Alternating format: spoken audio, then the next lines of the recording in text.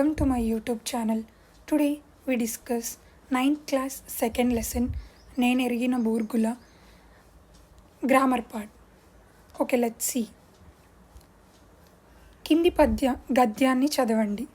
క్లిష్ట పరిస్థితుల్లో రాజ్యాధికారం చేపట్టిన రుద్రమ నిరంతరం యుద్ధాల్లో నిమగ్నమైన పరిపాలనా నిర్వహణలో మంచి సమర్థురాలుగా పేరొందింది. స్త్రీలు రాజ్యాధికారం చేపట్టడం అరుదైన ఆ కాలంలో రుద్రమాంబ తన తండ్రి తనపై ఉంచిన నమ్మకాన్ని వమ్ము చేయక వీరనారిగా చరిత్రలో నిలిచింది. స్త్రీ అయినప్పటికీ పురుషవేషం, పురుషనామం ధరించి సమకాలీన రాజులందరికంటే మిన్నంగా రాజ్యాన్ని పరిపాలించి సాహసవంతమైన జీవితాన్ని గడిపింది. గ్రామాలను దానం చేసి వాటి మీద ఆదాయంతో విద్యార్థులకు పాఠశాలలు, ఉచిత వసతి గృహాలు నెలకొల్పింది. ఆరోగ్యశాలలు, ప్రసూతిశాలలు ఏర్పాటు చేసింది. ఒక విద్యాపీఠం స్థాపించి అందులో వేదాలను, సాహిత్యాన్ని, ఆగమన వాక్యాలను బోధింపజేసేది. పాఠశాలలో ఉపాధ్యాయులను, గ్రామాల్లో కర్ణాలను నియమించి వారికి వస్తువాహనాలను, ధాన్యాన్ని సమకూర్చేది. మార్కోపోలో అనే విదేశీ యాత్రికుడు ఈమె పరిపాలన దక్షత, సాహిత్య సేవ, శిల్పకళలు, దైవశ్వర్యం గురించి ప్రశంసిస్తూ తన డైరీలో రాసుకున్నాడు. అది రుద్రమాదేవి ఘనత. కింది ప్రశ్నలకు జవాబులు రాయండి. రుద్రమాంబపై ఆమె తండ్రి ఉంచిన నమ్మకం ఏమిటి? రాజ్యాన్ని సమర్థవంతంగా పరిపాలించి ఒక గొప్ప వీరనారిగా నిలబడాలనేది రుద్రమాంబ యొక్క నమ్మకం కదా. రుద్రమాంబ చేసిన సత్కార్యాలేవి?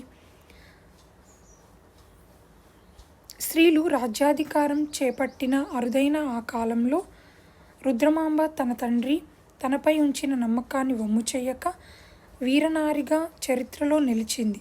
మరియు స్త్రీ అయినప్పటికీ పురుషవేషం, పురుషనామం ధరించి సమకాలీన రాజులందరికంటే మిన్నంగా రాజ్యాన్ని పరిపాలించి సాహసవంతమైన జీవితాన్ని గడిపింది. ఇవే రుద్రమాంబ చేసిన సత్కార్యాలు. మార్కోపోలో ఏ అంశాల్లో రుద్రమాదేవిని పొగిడాడు? మార్కోపోలో అనే విదేశీ యాత్రికుడు ఈమె పరిపాలనా దక్షత, సాహిత్య సేవ, శిల్పకళలు, దైవశ్వర్యం గురించి ప్రశంసిస్తూ తన డైరీలో రాసుకున్నాడు. అది రుద్రమాదేవి ఘనత. రుద్రమాదేవి సమర్థత ఏమిటి?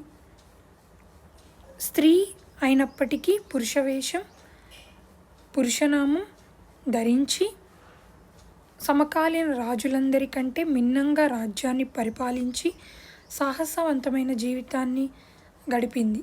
ఇవే కదా రుద్రమాదేవి సమర్థతలు. ఈ గద్యం ద్వారా రుద్రమాదేవి వ్యక్తిత్వాన్ని ఒక వాక్యంలో రాయండి. రుద్రమాదేవి అపారమైన ధైర్య సాహసాలు కలిగిన వీరనారి మాత్రమే కాక గొప్ప మానవతావాది మరియు సమర్థవంతమైన పరిపాలకురాలు. ఇక్కడ ఆ రుద్రమాంబ చేసిన సత్కార్యాలేవి అన్న క్వశ్చన్ ఉంది కదా. అయితే ఇది మిస్టేక్ ఇందాక చెప్పింది. దానికి కరెక్ట్ ఆన్సర్ ఏంటంటే గ్రామాలను దానం చేసి వాటి మీద ఆదాయంతో విద్యార్థులకు పాఠశాలలు, ఉచిత వసతి గృహాలు నెలకొల్పి ఆరోగ్యశాలలు, వసతిశాలలు ఏర్పాటు చేయడం రుద్రమాంబ చేసిన సత్కార్యాలు. నెక్స్ట్ కమింగ్ టు ద భాషాంశాలు, పదజాలం చూద్దాం. కింద గీత గీసిన పదాలకు అర్థాలు రాయండి. చిన్నప్పటి జ్ఞాపకాలు నాకు ముప్పిరి గొంటున్నాయి. ముప్పిరి అన్న పదానికి అర్థమేమిటి? చుట్టుముట్టాయి అనడం. చుట్టుముట్టాయి అని అర్థం.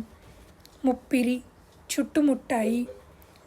వీసం ఎత్తు, అహంకారం లేకుండా ముందుకెళ్ళాలి. వీసం ఎత్తు అనగా 1/16 వంతు అన్నమాట. వీసం ఎత్తు అనగా 1/16 వంతు అర్థం. దశరథుని కడగొట్టు బిడ్డడు శత్రుఘ్నుడు. కడగొట్టు అనగా చివరి, కడగొట్టు చివరి. భారతదేశం ప్రభావాన్ని మనమంతా పెంచాలి. ప్రభావం అనగా గొప్పతనం. ప్రభావం గొప్పతనం. మన దేశ ప్రజలకు వివేకానందుడు ప్రతహాస్మరణీయుడు. ప్రతహాస్మరణీయుడంటే నిద్ర నుండి లేవగానే తెలపవలసిన వారు అని అర్థం. హితైషి చెప్పిన మాటలను పెడచెవిన పెట్టవద్దు. హితైషి అంటే అర్థం ఏమిటి? మేలును కోరుకునేవారు. హితైషి అనగా మేలును కోరుకునేవారు. కింద జాతీయాలను మీ సొంత వాక్యాల్లో ప్రయోగించండి. ఇక్కడ శ్రీరామ రక్ష అన్నదానికి అర్థం ఏమిటి? పూర్తి రక్షణ కలుగునది అని అర్థం. శ్రీరామ రక్ష పూర్తి రక్షణ కలిగినది. గీటురాయి కొలబద్ద లేదా ప్రమాణం. గీటురాయి కొలబద్ద లేదా ప్రమాణం. రూపుమాపటం అంటే పూర్తిగా నాశనం చేయడం. రూపుమాపడం పూర్తిగా నాశనం చేయడం. కారాలు మిరియాలు నూరడం. అత్యంత కోపంగా ఉండడం. కారాలు మిరియాలు నూరుతున్నారు అంటారు కదా, ఇది మనం డైలీ లైఫ్లో వింటూనే అంటాం. అత్యంత కోపంగా ఉండడం అని అర్థం. స్వస్తి వాచకం ముగింపు పలకడం. స్వస్తి పలుకు అంటాం కదా, సో అదనమాట ముగింపు పలకడం. కింది వాక్యాలలోని పర్యాపదాలు గుర్తించండి. రైతులు ప్రతి వర్షం పంటలను పండిస్తూ సాలుకొకసారి వచ్చిన ధనంతో సంవత్సరమంతా గడుపుతారు. ఇక్కడ పర్యాయ పదాలు ఏంటి? వర్షం, సాలు, సంవత్సరం. ఏడాది అని కూడా అనొచ్చు. వర్షం, సాలు, సంవత్సరం. భూమిపై కాలుష్యం పెరుగుట వల్ల ధరిత్రి మీద ఉండే జనం విలవిలలాడుతూ అవనిపై మేము జీవించలేమని అంటున్నారు. భూమి, ధరిత్రి, అవని పర్యాయ పదాలు. ఒక వ్యక్తి దక్షతతో పనిచేస్తే ఆ సామర్థ్యం అందరికీ తెలుస్తుంది. పర్యాయ పదాలు ఏంటి ఈ వాక్యంలో? దక్షత, సామర్థ్యం. కింది వికృతి పదాలకు పాఠంలో ఉన్న ప్రకృతి పదాలను వెతికి రాయండి. దవ్వు, దూరము. దవ్వు, దూరము. గారవం, గౌరవం. గారవం, గౌరవం. పగ్గి, పగ్గియ అంటే ప్రజ్ఞ. దోషం, దోషం. దోషం, దోషం. రాతిరి, రాత్రి. భాష, భాష. ఇక్కడ ప్రకృతి ఇచ్చిన వికృతిని ఐడెంటిఫై చేయగలగాలి. వికృతి ఇచ్చిన ప్రకృతిని ఆప్షన్స్లో ఐడెంటిఫై చేయగలగాలి. సో రెండు ఇంపార్టెంటేనమాట. నెక్స్ట్ వ్యాకరణాంశాలు. కింది వాక్యాలలో గీత గీసిన పదాలను విడదీసి సందులను గుర్తించండి. హైదరాబాద్లోని విమానాశ్రయం అంతర్జాతీయ విమానాశ్రయాల్లో ఒకటి. విమానాశ్రయం సంధిని విడదీస్తే విమాన ప్లస్ ఆశ్రయం సవర్ణ దీర్ఘ సంధి. సవర్ణ దీర్ఘ సంధి సూత్రం ఏంటి? ఆయి ఊరులకు సవర్ణ అచ్చులు పరమైతే వాని దీర్ఘాలు ఏకాదేశమవుతాయి. ఆయి ఊరులకు సవర్ణ అచ్చులు పరమైతే వాని దీర్ఘములు ఏకాదేశమవుతాయి. చిన్నప్పటి విషయాలు జ్ఞాపకం ఉండడం చాలా అరుదు. జ్ఞాపకం ఉండడం సంధిని విడదీస్తే జ్ఞాపకము ప్లస్ ఉండడం ఉకార సంధి. ప్రతి జీవికి ఒక్కో శరీరాకృతి ఉంటుంది. శరీర ప్లస్ ఆకృతి సవర్ణ దీర్ఘ సంధి. ఇక్కడ ఉకార సంధి సూత్రం ఏంటంటే ఉత్తునకు అచ్చుపరమైనప్పుడు సంధి నిత్యమగును. ఉత్తునకు అచ్చుపరమైనప్పుడు సంధి నిత్యమగును. సవర్ణ దీర్ఘ సంధి సూత్రం ఇప్పుడే చూసాం. అబ్దుల్ కలాం మహోన్నత వ్యక్తిత్వం కలవాడు. మహా ప్లస్ ఉన్నత, మహోన్నత. ఆకి ఊ కలిస్తే ఓ వచ్చింది కాబట్టి అది గుణసంధి అయింది. గుణసంధి సూత్రం అకారమునకు ఈ ఊరులు పరమైతే క్రమముగా ఏవో ఆర్లు ఏకాదేశం అవుతాయి. నా జీవితాన్నంతా దేశ సేవకే వినియోగించాలనుకుంటున్నాను. జీవితాన్ని ప్లస్ అంతా. ఈకి ఆగలిస్తే ఆనే వచ్చింది కాబట్టి ఇత్త సంధి. అంటే ఇత్తునకు అచ్చుపరమైతే సంధి వైకల్పికముగా అవును. అనగా వైకల్పికం అంటే ఫర్ ఎగ్జాంపుల్ ఏమంటివి ఉందనుకోండి, ఏమంటివి విడదీయగా ఒకటొస్తుంది, ఏమి అంటివి అని కూడా ఉంటుందన్నమాట. విడదీస్తే ఏమి అంటివి అన్న రావచ్చు, ఏమంటివి అన్న రావచ్చు. అంటే వైకల్పికంగా సంధి జరగవచ్చు అనమాట. సో ఇత్తునకు అచ్చుపరమైతే సంధి వైకల్పికమగును. మాధవి చెప్పినప్పటికీ రమ వినలేదు. చెప్పినప్పటికీ, చెప్పిన ప్లస్ అప్పటికి ఆత్వసంధి. ఒక్కొక్కప్పుడు ముఖ్యమైన విషయాలు జ్ఞాప్తికి రావు. ఒకప్పుడు ఒకప్పుడు ఆమ్రేడిత సంధి. ఆమ్రేడిత సంధి సూత్రం ఏంటి? అచ్చునకు ఆమ్రేడిత పరమైనప్పుడు సంధి తరచుగా నగును. ఒక్కొక్కప్పుడుని ఒకప్పుడు ప్లస్ ఒకప్పుడు ఆమ్రేడిత సంధి. ఇక్కడ అత్వసంధి సూత్రం చెప్పలేదు కదా. అత్వసంధి సూత్రం ఏంటంటే అత్తునకు సంధి బహుళముగానగు. అంటే బహుళంగానంటే అర్థం జరుగుతుంది, ఒకసారి జరగదు, ఒక్కోసారి జరిగి ఒక్కోసారి జరగదు, లేదా వేరే విధంగా కూడా జరగడం. ఇలా అత్తునకు సంధి బహుళముగానగు. ఇది అత్వసంధి సూత్రం. కింది సమాస పదాలలోని తత్పురుష భేదాలను గుర్తించి విగ్రహ వాక్యాలు రాయండి. సమాస నిర్ణయం చేయండి. సత్యదూరము, సత్యమునకు దూరము. ఇక్కడ కు ఉంది కదా. సో కు ఉంది కాబట్టి ఇది షష్ఠి తత్పురుష సమాసం. షష్ఠి తత్పురుష సమాసంకి విభక్తులు ఏంటి? కిన్, కున్, యొక్క, లోన్, లోపలన్. సో కు వచ్చింది కాబట్టి ఇది షష్ఠి తత్పురుష సమాసం అని ఐడెంటిఫై చేయాలి. అమెరికా రాయబారి, అమెరికా యొక్క రాయబారి. యొక్క అనే పదం వచ్చింది కాబట్టి ఇది మళ్ళీ షష్ఠి తత్పురుష సమాసం. వాదన పటిమ, వాదన యందు పటిమ సప్తమి తత్పురుష సమాసం. అందున్ నన్ వస్తే ఆ వర్డ్స్ ఉంటే మనం అది సప్తమి తత్పురుష సమాసం అని ఐడెంటిఫై చేయాలి. అసాధ్యం, సాధ్యము కానిది నన్ తత్పురుష సమాసం. నన్ తత్పురుష సమాసం అంటే వ్యతిరేక అర్థం రావడం. లైక్ ఇప్పుడు చూసాం కదా, అసాధ్యం అంటే సాధ్యం కానిది అని, ఇలా అన్నమాట. నెల తాల్పు, నెలను ధరించిన వాడు ద్వితీయ తత్పురుష సమాసం. ఇక్కడ ద్వితీయ తత్పురుష సమాసం అంటే ఏ వర్డ్స్ ఉండొచ్చు? నిన్, నున్, లన్, కూర్చి, గురించి. ఇక్కడ ఏమొచ్చింది? నెలను ధరించిన వాడు అంటే ను వచ్చింది. నూని బట్టి ఇది ద్వితీయ తత్పురుష సమాసం అని మనం ఐడెంటిఫై చేయగలిగాం. గురుదక్షిణ, గురువు కొరకు దక్షిణ చతుర్థి తత్పురుష సమాసం.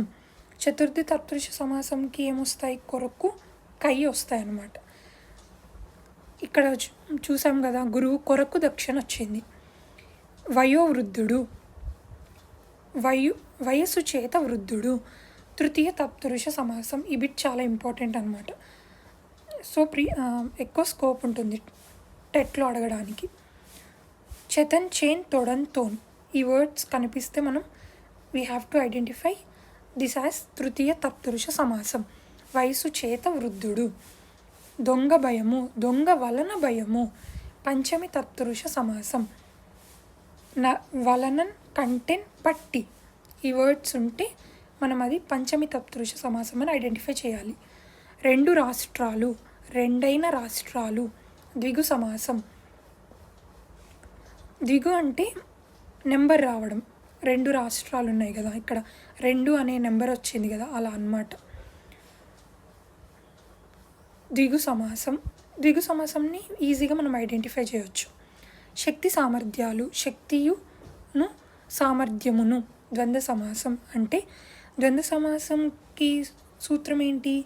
ఉభయ పదాల అర్థం ప్రధానంగా కలిగిన సమాసం. అంటే రెండు పదాలు సమాన అర్థం ఉంటే దాన్ని మనం ద్వంద్వ సమాసం అంటాం. ఇక్కడ ఎగ్జాంపుల్లో గమనించినట్లయితే శక్తి సామర్థ్యాలలో శక్తియును సామర్థ్యమును ఈ రెండు పదాలకు సమాన అర్థాలు ఉన్నాయి. అందుకే అది ద్వంద్వ సమాసం అయింది. అమూల్య సమయం, అమూల్యమైన సమయం, విశేషణ పూర్వపద కర్మధారయ సమాసం. ఎందుకు విశేషణ పూర్వపద కర్మధారయ సమాసం అయింది? విశేషణం ఫస్ట్ పదంలో ఉంది, సో అందుకే దాన్ని మనం విశేషణ పూర్వపద కర్మధారయ సమాసం అన్నాం. పూర్ణ పురుషులు, పూర్ణులైన పురుషులు, విశేషణ పూర్వపద కర్మధారయ సమాసం. ప్రాచీన కావ్యాలు, ప్రాచీనములైన కావ్యాలు, విశేషణ పూర్వపద కర్మధారయ సమాసం. పెద్ద కుటుంబం, పెద్దదైన కుటుంబం, విశేషణ పూర్వపద కర్మధారయ సమాసం. కింది సామాన్య వాక్యాలను సంక్లిష్ట వాక్యాలుగా మార్చండి. పూనాలోని ఫెర్గుసన్ కాలేజీలో చేరాడు. పర్షియన్ భాషను చదివాడు. ఆ కళాశాల నుంచి పట్టభద్రుడయ్యాడు. ఇందులో ఇది సామాన్య వాక్యాలు కదా. ఇప్పుడు మనం సంక్లిష్ట వాక్యాల్లోకి మారుద్దాం. పూనాలోని ఫెర్గుసన్ కాలేజీలో చేరి పర్షియన్ భాషను చదివి ఆ కళాశాల నుంచి పట్టభద్రుడయ్యాడు. ఇక్కడ డిఫరెన్స్ ఏంటి? How we have to change సామాన్య వాక్యం టు సంక్లిష్ట వాక్యం. ఏంటి డిఫరెన్స్ అంటే, డిఫరెన్స్ ఏమనగా ఇక్కడ చేరాడు, చదివాడు, పట్టభద్రుడయ్యాడు అని ఫుల్ మీనింగ్తో క్రియలు వచ్చాయి కదా. కానీ ఇక్కడ సంక్లిష్ట వాక్యాల్లో గమనిస్తే కాలేజీలో చేరి, చదివి, లాస్ట్కి పట్టభద్రుడయ్యాడు అని వచ్చాయి కదా. సో ఏంటంటే రెండు అసమాపక క్రియలు వచ్చి లాస్ట్కి సమాపక క్రియ వస్తే దాన్ని మనం సంక్లిష్ట వాక్యం అంటాం. సామాన్య వాక్యాల్లో మొత్తం సమాపక క్రియలే ఉంటాయన్నమాట. చేరాడు, చదివాడు, పట్టభద్రుడయ్యాడు ఇలా అన్నమాట. ఇంకా గమనిస్తే ఇంకొకటి ఉంది. బూర్గుల హైదరాబాద్ రాష్ట్రంలో దున్నేవానికి భూమి హక్కునిచ్చే కౌలుదారి చట్టాన్ని తయారు చేశాడు. బూర్గుల సామ్యవాద వ్యవస్థకు పునాది వేశాడు. బూర్గుల అజారమర కీర్తిని పొందాడు. సామాన్య వాక్యాన్ని ఇప్పుడు మనం సంక్లిష్ట వాక్యాల్లోకి మారుద్దాం. బూర్గుల హైదరాబాద్ రాష్ట్రంలో దున్నేవానికి భూమి హక్కునిచ్చే కౌలుదారి చట్టాన్ని తయారు చేసి బూర్గుల సామాన్యవాద వ్యవస్థకు పునాది వేసి బూర్గుల అజారమర కీర్తిని పొందాడు. సమాపక క్రియలను అసమాపక క్రియల్లోకి మార్చి చివరిగా మాత్రం సమాపక క్రియ వస్తే అది మనం సంక్లిష్ట వాక్యాలు అంటాం. అన్నీ సమాపక క్రియలే వస్తే వాటిని మనం సామాన్య వాక్యాలు అంటాం. అర్థమైందని అనుకుంటున్నాను. I hope you all understood and practice well, prepare well for the examination which is coming in the April 2nd week. And if you like this video, please do like, share and subscribe. If you want more like these videos,